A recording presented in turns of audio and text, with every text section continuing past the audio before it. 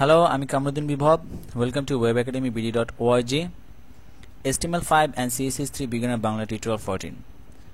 So আমি এই টিউটোরিয়ালে আমি আপনাদেরকে দেখাবো কিভাবে আলাদা একটি CSS পেজ খুলতে হয়, দেন এই পেজটিকে আমরা আমাদের index.html পেজে লিঙ্ক করব।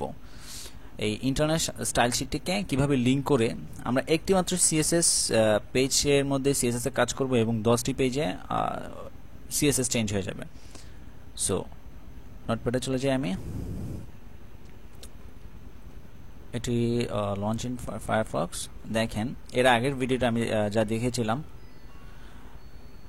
এখন এই টেক্সটটি কোনো CSS করা নেই। সো আমরা এর আগের ভিডিওতে আমরা এখানে স্টাইল করেছিলাম, এখানে স্টাইল ট্যাগ ধরেই আমরা এখানে CSS এর কাজ করেছিলাম। সো আমি এখন আলাদা একটা পেজ ওপেন করব। ওপেন করে ওকে, আমি আপনাদের দেখাই। নিউ পেজ ধরলাম, সেভ আস। দেখেন আমি একটি ফোল্ডার ক্রিয়েট করে রেখেছি আগে থেকে CSS এর। আমি এখানে সেভ করি স্টাইল কাসকেডিং স্টাইল শিট। HTML ফাইলে আমি সেভ করতে পারবো না, স্টাইল ডট CSS, বিকজ এটি স্টাইল শিট মানে এটি CSS ফাইল। সো CSS এ সেভ করতে হবে, স্টাইল ডট CSS। সো আমি এই পেজটিতে শুধু CSS ক্রিয়েট করব। এখানে আলাদা কোনো কিছু দেওয়া লাগবে না, HTML ডক টাইপ এগুলো কোনো কিছু দেওয়া লাগবে না, আপনি CSS এর কাজটা করলেই হবে।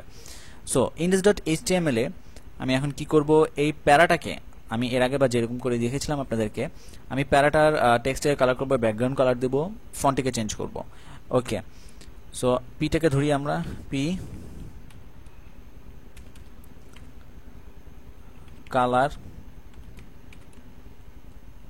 হ্যাশ FFF কালার করলাম, দেন ব্যাকগ্রাউন্ড কালার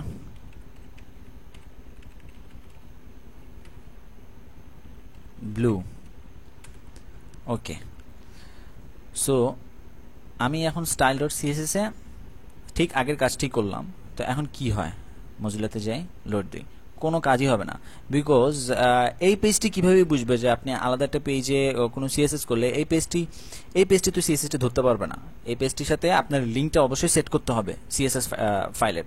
সো আমি লিঙ্কটা সেট করি এখন এখানে, link relation attribute REL relation equal to style sheet. আমরা স্টাইল শিটটিকে রিলেশন করব, relation style sheet, link set করব href। Okay, style dot CSS, sorry আমি একটি CSS ফোল্ডার ওপেন করেছিলাম। সো আমাদের ফোল্ডারটির লোকেশনটি সেট করতে হবে css/style.css, then type equal to, এটা আমি আপনাদেরকে আগেই দেখেছিলাম অ্যাট্রিবিউটটি, text by CSS। Okay, so আমি লিঙ্কটি সেট করে দিলাম। ওকে, এখন আমি আবার রিলোড করে দেখি পেজটি। দেখেন এবার CSSটি চলে এসেছে। সেম এরকম আপনারা 10টি পেজ ওপেন করলেও, ধরেন আপনার পেজ থাকতে পারে contact.html, aboutme.html, অনেক পেজ থাকতে পারে। প্রত্যেকটা পেজে আপনি এই লিঙ্কটি যদি সেট করে দেন, প্রত্যেকটা পেজের প্যারাগ্রাফ এই পিগুলি চেঞ্জ হয়ে যাবে। সো আমরা একটি স্টাইল শিট ওপেন করি, একটি পেজ ওপেন করি, এখানে স্টাইলে কাজ করেই জাস্ট লিঙ্কটি প্রত্যেকটা পেজে সেট করে দিলেই CSS এর কাজটি হয়ে যাবে প্রত্যেকটা পেজে। সো আমি আপনাদেরকে এখন লিঙ্কটি সেট করে দেখালাম। এখন আমি এই টেক্সটটির ফন্টটিকে চেঞ্জ করব। সো আমি একটি নতুন একটি CSS করে দেখাই তাহলে আপনাদেরকে। ফন্ট ফ্যামিলি, কমন একটি ফন্ট ফ্যামিলি নিয়ে আমি sans serif, দেখেন ফন্টটি চেঞ্জ হয়ে যাবে, চেঞ্জ হয়ে গেছে। সো এরকম ফন্ট শুধু একটাই থাকবে না, এরকম অনেক ফন্টস পাবেন আপনারা। আমি আপনারা দেখিয়ে দিচ্ছি গুগল থেকে কিভাবে ফন্টস নিতে হয়। গুগল ফন্টস দিয়ে সার্চ করবেন, চলে আসবে গুগল ফন্টস। গুগল ফন্টসে যাব আমি, দেন এখানে আনলিমিটেডের মতো ফন্টস আছে, আপনারা যে কোনো ফন্টস একটা চুজ করি। ডেভেলপারদের সেম CSS কাজটি থাকে, আপনারা জাস্ট এটা কপি করে বসে দিলেই হবে। আমি দেখাচ্ছি, একটি ফন্ট চুজ করি আমরা, এই ফন্টটি নিয়ে আমরা এখন দেখেন এখানে হাত রাখলে কুইক ইউজ একটু নিচে যাই, দেখেন CSS টি আছে, ফন্ট ফ্যামিলি।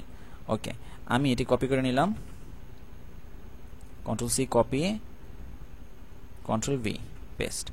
দেখেন এখন আমি আবার রিলোড করি, জাস্ট ফন্টে চেঞ্জ করে দিলাম আমরা গুগল ফন্টস থেকে একটা ফন্ট নিয়ে। ঠিক এরকমভাবে গুগল ফন্ট থেকে আমরা যে কোনো রকম ফন্টস চুজ করতে পারবো। আপনি চাইলে পুরো ওয়েবসাইটের মধ্যে যত কাজ হবে, যত ফন্টস থাকবে, প্রত্যেকটা ফন্টস এরকমভাবে গুগল ফন্ট থেকে নিয়ে চেঞ্জ করতে পারবেন। সো আজকে এতটুকুই। Thank you for watching. Like, comments and share and subscribe to my YouTube channel. আর কোনোরকম কোনো কোয়েশ্চেন থাকলে অবশ্যই জানাবেন। Thank you.